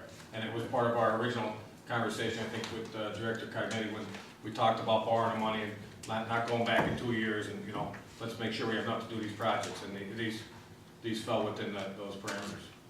Okay. The project at Prescott, that with the entrance, was that part of the safety assessment? I'm pretty sure it was. It was. And as because was. you immediately enter and you're between floors of a building. Yeah, and there's one camera. They're gonna have new camera systems there also. But yeah, that entrance is kind of strange. And one of the other issues with it, not only that you enter, you're directly in the stairwell, is the distance from that door to the steps. So even when students are walking down, everybody's walking down, it was triggering the automatic unlock and the doors were running. So there was a couple issues there that we were trying to address. And I'm not sure if everybody saw the entrance over at Charles Sumner. We kind of did something, different setup, but we did that, and it really helps them out tremendously over there. And that was a pretty cheap fix for what we were looking to achieve. Thank you. Director Schuster, special ed. So we're gonna have a possible resolution for settlement agreement, and there's consent question mark, so there's some questions there. There should, we didn't know whether you wanted to put that under consent or not. There was just one settlement, and you received the summary in your package on Friday. So the question mark really probably shouldn't be there, if you're okay with it being under consent. Mr. Alley, is there any kind of discussion we would need? I'm sorry, we were conferring. So we're going back and forth whether we should put the resolution for the settlement agreement for special ed on the consent agenda. Is there any need for discussion at the meeting? I don't believe so unless somebody would have a specific question, but, no. Which is true, you can't discuss in public anyway, so. Can I go back to the budget and finance? I forgot to ask a question I had in my notes. I just wanted to, we started a bid, is it okay to do that? To go back and ask a question about budget and finance? Sure, it works. I had a question in my notes. I know one of the biggest things this board, our board did last year is we started a bid process and a timeline to bid out. Are we on track with all that, or are there any things coming up? Well, there is one coming up. We just put out the bid for the delinquent real estate taxes, so that I believe was advertised on Saturday. We hope to award that at the April meeting. We'll be bidding workers' comp on the schedule as well as third-party workers' health insurance. I believe we've met all the other timelines for the other services. I can summarize that and let you know what's, the dates that have been bid or when we intend to. What about the floor mats? That's been a touchy point that you were supposed to bring up. I believe we sent that home in the. I missed it, so where are we at? Just Briefly, because. You told us to just stay with it until it expires. Yes. Okay. Go ahead, please. Well, I know it was on one of your agendas, we just never got to it. So I'm just. Yeah, we just have to wait till that expires and then we'll move forward and correct that. Because otherwise, we'll be caught up in having to pay for services we didn't get. Okay. Anybody else? There's one thing I'd like to bring up, and it doesn't fit in any committee, but it's something that bothers me. It bothers me every Monday. In the Scranton Times, there's a school note section, where various school districts have a little blurb about a kid, some kid who does something wonderful and whatnot. And once again, today, there was nothing from the Scranton School District. We have 10,000 students, many buildings, a bunch of principals. There's got to be something going on in each of these schools that we can brag about a little bit. Put a kid's picture in there and show the rest of the student body that excellence is rewarded. And I'd love to see us get up on board on that a little more, because I see no reason with 10,000 students and all these buildings and all these principals where we can't get that done every Monday. Every Monday. There's an easy fix for that. At our school, every teacher gets a date. A what? Gets a date. Like mine was 2 weeks ago. We get a date from, it's given out to us at the beginning of the year. I thought it was a social thing. No. We get a date where we submit one of our students from one of our programs. I mean, that's, a lot more teachers than we do, and I think that can be accomplished easily. And I just send in a little blurb, why, when, where, everything about the student that I know, and it's one of my students. It's just easier to do when it's one of your own students. And we send it in, and Sarah puts it out. I used to do a schedule, Dr. Carey. We used to do a schedule by, like he's saying, by subject area and grade level, and they reported those things, and somebody in the building was responsible for getting them out. Sarah and I have a communication line going, and we send her every Wednesday as much as we can, and they choose what they want to put in the paper. The reason, I don't want to speak.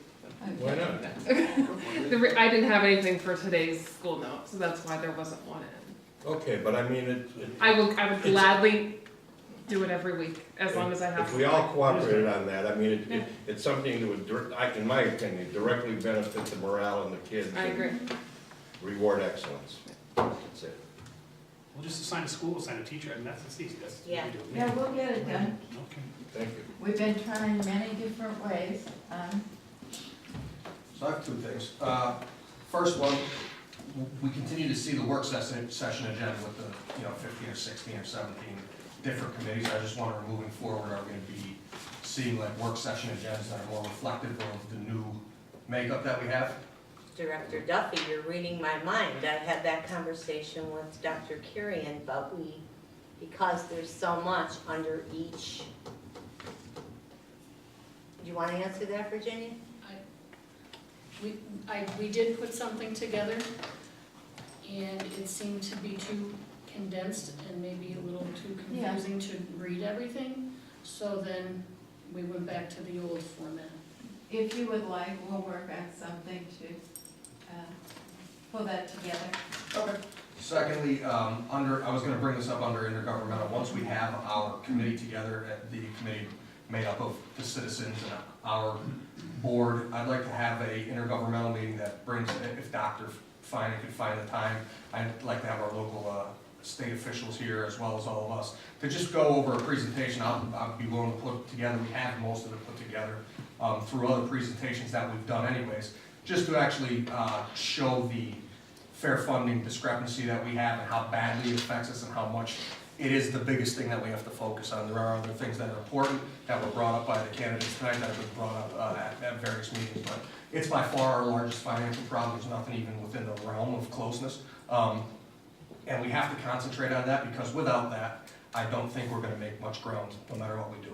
And when we have a district that's growing in population, to see reductions in staff or to see reductions at the school level, not that any of that's gonna actually occur, I just think it's the last thing that we should be thinking about. And we should just sharpen our efforts and do as much as we can to get the children, students, residents, what they deserve. Paul, I believe at one point you had mentioned March 18th as a possible Right, date. that's exactly what I thought. Yes. However, being that we're not gonna have this committee until the 5th, I don't know if that's too soon. But March 18th would be fine. I'd just like to get a location and have as many people there as possible. Right, because I think that's what Dr. Kieran and I discussed in the timeline I shared with you. I think we're maybe 3 weeks back on where we were because of all the changes that have transpired. But Mr. McAndrew and I attended the session at the Luzerne IU the other night, and Susan Spica and Sandra Miller were both there, Sandra is a little more in close proximity to us, but are more than willing to come talk to us. So maybe if we can get working on some dates between what's convenient for Dr. Finan, what's convenient for either one of them, get that ball rolling. But one thing I was hoping we could even act on as soon as next week. They shared with us, and I really made a pig of myself, took a big stack of them. They shared those postcards that Dr. Kieran sent several copies to each of us, and suggested that at a board meeting, we ask people to pen a note to our legislators and collect them back at the end of the meeting. So if we could get those out, maybe have them near the agendas, pass them back in the room, and just have people write a few lines on Monday night, collect them back, and then we can send them en masse, whether it's to Representative Flynn or Senator Blake or Representative Mullins or whomever we're targeting. We can get that information. Maybe we can put a few bullet points up on a screen to give people some ideas. I think that would be a very quick and easy first step, and really make people feel like they're taking some action. No, it's a great idea, because that's what we have to do. We have to get the word out and fight as a team. No matter how different our opinions may be at certain points, this is definitely something that I think we could all strive to work together on. And the sooner that we start to do that, the better, because the budget's gonna come out in June. The budget has been proposed that we get $10.5 million. It's gonna be extremely important that that number doesn't change through committee and throughout the state resolution. So it's only proposed, that's. Yes. It's And very important I to say think- it's only proposed. Exactly, I think However, that would be a very to hold good that number point. back in hopes that we do get it, I think is not the right way to go. I think that has been proposed by the governor of the state of Pennsylvania, and it's the proposed number that we need, that we deserve.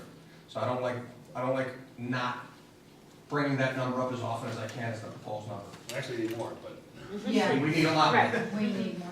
Ms. Gilmore, did you go over all of the dates and all of the ideas we discussed in our meeting with your fellow board members? I sent this to Paul, we kind Okay. of talked briefly about it, it wasn't in front of us, and I forwarded it to him. So you have that now in front of you, and I think we can go back and see if March 18th isn't realistic, how soon thereafter can we get something together? And like we talked about, hopefully in a larger setting than this, and, you know, really engaging a lot of those legislators and community leaders, and then we're sending you out on a speaking tour. That was in March, but you might get to go in April, so. Both the ladies from PA School Board said they would come and not just speak to us, Yes. they've already spoken to us. Yes, once. but would But come. they'll speak to anybody, Exactly. anywhere, no matter how we set it up, and, you know, They, including, you know, which we should, I mean, the stakeholders, and Yeah. so this, they're willing to do whatever. They are, and they also seemed very willing to meet in small groups as well, which I thought was wonderful. You know, I think something that really gets a big push, like we've been talking about, and gets a lot of attention is very valuable. But I mean, these are women who seem to be saying, we'll go and meet with 15 people if you need us to, and talk to them about what they can do and how they can get this I think it would be great to momentum. have both of them here again, I mean, Yeah. especially Susan. And to have them here for that. I think we should set up a presentation and send it through them, send it through our administration, make sure, you know, it's something that puts the most positive spotlight on our district that we can. I think it's a great idea, and I think the sooner the better, but I don't know if the 15th is that realistic, but I'd be happy for that day. Susan also sent me a draft of a letter to the editor that is something that they've been passing around and tailoring to individual districts. So I can certainly share that with all of you. And, you know, it's That would be something we great. can all do, it's something we can get out to our other contacts, and the more the merrier with all of this stuff, as you know. Good stuff, thank you, Director McCarron. Anytime. Hey, I know, you're here to help. Anything else? Yeah, I have a question. Maybe I missed it under the budget. The assessments that were discussed, is that going to go under budget consent? Yeah, the Yes. four Right. So assessments. everybody's aware. Okay, do I have a motion to adjourn? Yes.